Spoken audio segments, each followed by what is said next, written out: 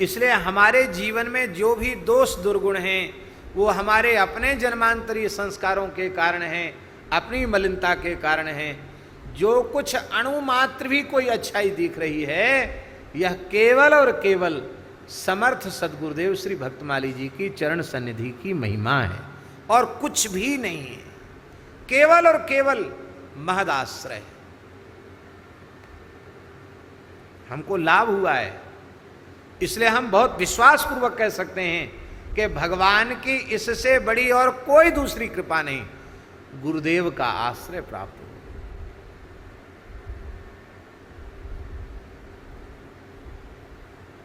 इससे बड़ी और कोई बात नहीं।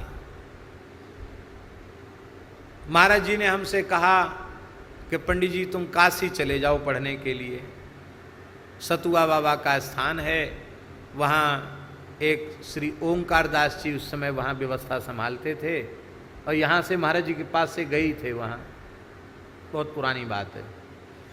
तो वो महाराज जी से व्याकरण पढ़े थे, तो वहाँ के व्यवस्थापक हो गए, तो उन्होंने अपने महाराज जी से चर्चा कर ली। उन्होंने कहा कोई सेवा नहीं, एक कमरा मिल जाएगा और प्रेम से खाली पढ़ें बस। वहाँ से पत्र आ गया, स्वीकृति हो गई। महाराज जी ने कहा ठीक है। जैसे ही जाने का निश्चय हुआ सो ही हम रोने लगे। महाराज ने कहा रो क्यों रहे हो?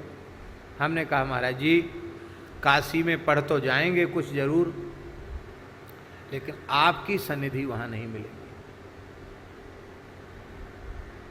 इसलिए हम न पढ़ें ये तो हम सहन करेंगे, लेकिन आपसे दूर रहना हमको अच्छा नहीं लगता, हम आपसे दूर नहीं हो सकते। रो गए।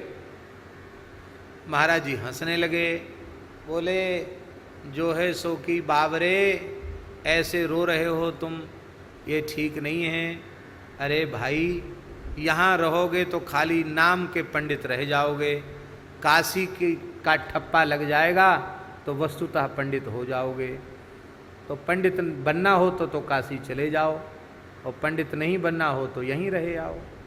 हमने कहा महाराज जी हमको तो जितना आपकी कृपा से मिल जाएगा उतने से ही हम खूब संतुष्ट हैं, हमको ज़्यादा कुछ मन में ज़्यादा उखाड़ पछाड़ नहीं है कि ये हो जाए, ये हो जाए, ये हो जाए, ज़्यादा नहीं, यहीं ठीक है। नहीं गए। रूपंदेही जिला में नेपाल में परम श्रद्धेय पूज्य श्री विंध्येश्वरी प्रसाद जी ब्रह्मचारी जी विराजते थे। महाराज जी से कभी कभी पत्राचार होता था, तो महाराज जी ने एक बार वहाँ भेजने का हमको मन किया कि वहाँ कुछ व्याकरण भी पढ़ें, कुछ श्रौत विषय भी पढ़ लें। वहाँ जाने का हो गया। वहाँ भी दास ने यही कहा सब कुछ हो जाएगा, आपके चरण नहीं मिलेंगे।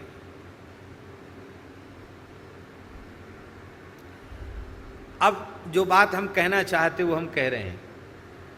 मान लो हम काशी भी चले जाते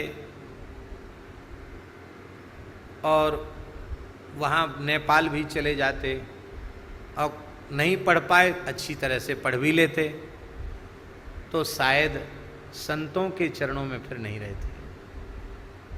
पता नहीं हमारे संस्कार हमें कहाँ ले जाते। पर मूर्ख रह गए ये ठीक है, पर महाराज जी के चरण मिल गए ये जीवन की सर्वोपरि उपलब्धि है।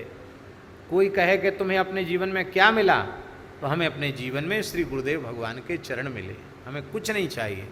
हमें मिल गए चरण, इससे बड़ी कोई चीज़ है ही नहीं।